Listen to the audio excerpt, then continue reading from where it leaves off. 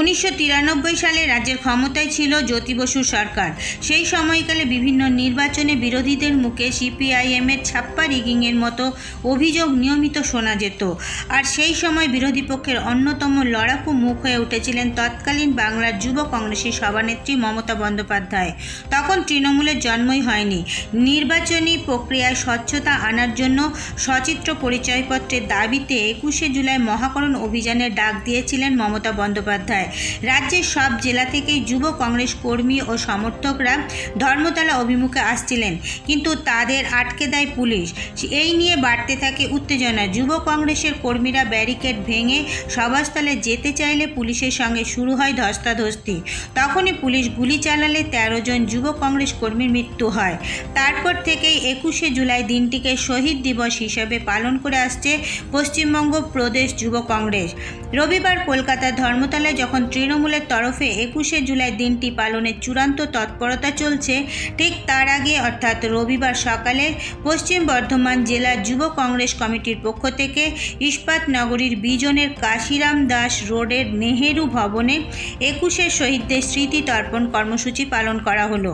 এই অনুষ্ঠানের নেতৃত্বে ছিলেন পশ্চিমবঙ্গ প্রদেশ কংগ্রেস কমিটির কার্যকরী সদস্য তরুণ রায়। এই অনুষ্ঠানে 1993 সালে পুলিশের গুলিতে নিহত 13 জনের প্রতি শ্রদ্ধা নিবেদন এবং নিহত প্রতিটি শহীদদের নামাঙ্কিত মোট 13টি বৃক্ষ রোপণ করে তাদের প্রতি বিশেষভাবে শ্রদ্ধার্ঘ্য নিবেদন করা হলো।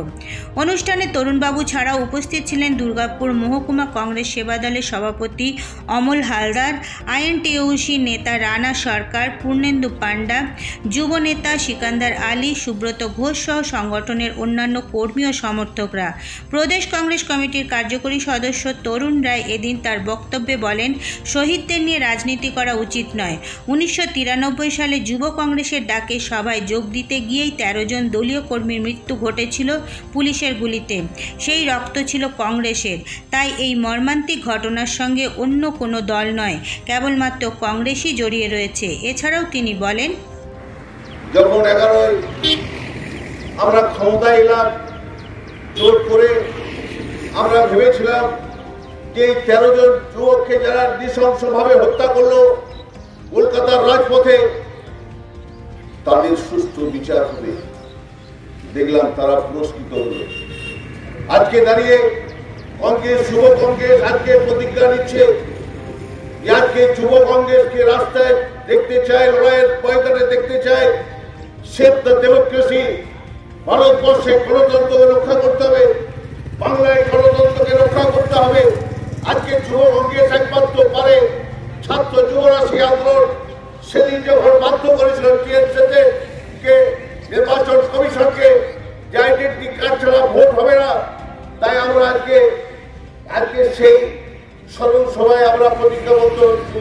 ঠিক একইভাবে এদিন 1993 সালে বাম সরকারের আমলে তৎকালীন বাংলার যুব কংগ্রেস সভানেত্রী মমতা বন্দ্যোপাধ্যায়ের নেতৃত্বে 21শে জুলাই সচিত্র পরিচয়পত্রের দাবিতে যে মহাকরণ অভিযানের ডাক দেওয়া হয়, সেই সভায় যোগদান করতে প্রতিটি জেলা থেকে যুব কংগ্রেসের কর্মীরা উপস্থিত হয়েছিলেন। সেখানে পুলিশের গুলিতে 13 জন যুব কংগ্রেস কর্মীর মৃত্যু হয়। তারপর থেকে 21শে জুলাই দিনটিকে শহীদ দিবস হিসাবে পালন করা হচ্ছে। আজ অর্থাৎ রবিবার কলকাতার ধর্মতলায় যখন তৃণমূলের তরফে 21শে জুলাই দিনটি পালন হচ্ছে, সেই দিনই কাঁকসার ব্লক জাতীয় কংগ্রেস পার্টি অফিসেও শহীদ দিবস পালিত হলো। এই অনুষ্ঠানে উপস্থিত ছিলেন কাঁকসা ব্লক কংগ্রেসের সভাপতি পূরব ব্যানার্জি, জেলা কমিটির সাধারণ সম্পাদক দেবাশিস বিশ্বাস, ধর্মেন্দ্র শর্মা সহ কংগ্রেসের অন্যান্য কর্মী ও সমর্থকরা। অনুষ্ঠানে নিহত শহীদদের প্রতি শ্রদ্ধা জানানোর পাশাপাশি মোট 13টি বৃক্ষ রোপণ করে শহীদদের প্রতি বিশেষভাবে শ্রদ্ধার্ঘ্য নিবেদন করেন কংগ্রেস কর্মীরা। আজ থেকে 31 বছর আগে 1993 সালে আজকের দিনে নো আইডেন্টিটি নো ভোট এই দাবি নিয়ে যুব কংগ্রেস যে অভিযান করেছিল তৎকালীন বামফ্রন্ট সরকারের আমলে, তখন আমাদের সেই আন্দোলনের জন্য 13 জন সৈনিককে শহীদ হতে হয়েছিল। তাই সবে থেকে আমরা জাতীয় কংগ্রেস এবং যুব কংগ্রেসের পক্ষ থেকে এই দিনটাকে শহীদ দিবস হিসেবে পালন করি। আমরা সেই অমর আত্মার উদ্দেশ্যে শ্রদ্ধার্ঘ্য নিবেদন করে আমরা শোক দিবস পালন করি এবং ওনাদেরকে শ্রদ্ধা জানাই। প্রথম কথাই হচ্ছে যে ইস্যু নিয়ে এই আন্দোলন ছিল, গণতন্ত্র প্রতিষ্ঠা, সেই গণতন্ত্র প্রতিষ্ঠা পরিবর্তন হয়েছে, কিন্তু আজও গণতন্ত্র প্রতিষ্ঠা হয়নি। আমরা বিগত পঞ্চায়েত ভোটে দেখেছি গামছা বাহিনী দিয়ে ভোট হয়েছে, সাধারণ মানুষ ভোট দিতে পারেনি। আমরা দুর্গাপুর মিউনিসিপ্যাল ইলেকশনে দেখেছি সাধারণ মানুষ ভোট দিতে পারেনি। তাহলে সেই আন্দোলন কিন্তু আজও সফল হয়নি, পরিবর্তন হয়েছে। একটাই জিনিস হয়েছে, শহীদ দিবস এখানে পালন হয়, সেখানে যার রক্ত, সেই শহীদদের রক্ত যার হাত রঞ্জিত হয়েছে, সেই মন্ত্রীরা আজকে শাসক দলে ঢুকে সেই মঞ্চকে শোভিত করে। এটা আমাদের জন্য দুর্ভাগ্যের কথা। কিন্তু আমরা জাতীয় কংগ্রেসের পক্ষ থেকে এই দিনটাকে শোক দিবস হিসাবেই পালন করি এবং শহীদদের শ্রদ্ধা জানিয়ে আমরা আমাদের মতন করে তাদের প্রতি সমবেদনা জানাই এবং তাদের আত্মার চিরশান্তি কামনা করি। আমাদের শহীদদের উদ্দেশ্যে 13টি গাছ, সেই 13 জন শহীদের নামে 13টি গাছ সমর্পণ করে সেই বৃক্ষরোপণের মাধ্যমে তাদের আত্মার উদ্দেশ্যে আমরা শ্রদ্ধা নিবেদন করব এবং এখন আমরা তাদের শহীদ বেদিতে পুষ্পার্ঘ্য নিবেদন করে তাদেরকে শ্রদ্ধা জানাবো। বছর পালন করি খুব দুঃখ বেদনা বুকে নিয়ে, কারণ এই দিনটাতে কলকাতার রাজপথে আমাদের 13 জন যুব কংগ্রেস কর্মী বামফ্রন্ট সরকারের নির্বিচার গুলিতে প্রাণ হারিয়েছিলেন। সেই সময় যে সমস্ত নেতৃত্বরা আন্দোলনটা করতে গেছিলেন তার মধ্যে প্রধান ভূমিকায় গ্রহণ করেছিলেন আমাদের তৎকালীন কেন্দ্রীয় নেতৃত্ব মাননীয় আজ স্বর্গীয় নিরঞ্জন দাস মুন্সিদা, এবং তার সঙ্গে ছিলেন আজকে যিনি মুখ্যমন্ত্রী, যিনি হচ্ছেন যে রাজনীতি বিচ্যুত হয়ে আজ মুখ্যমন্ত্রীর আসন অলঙ্কৃত করে আছেন, তিনিও ছিলেন সেই নেতৃত্বে।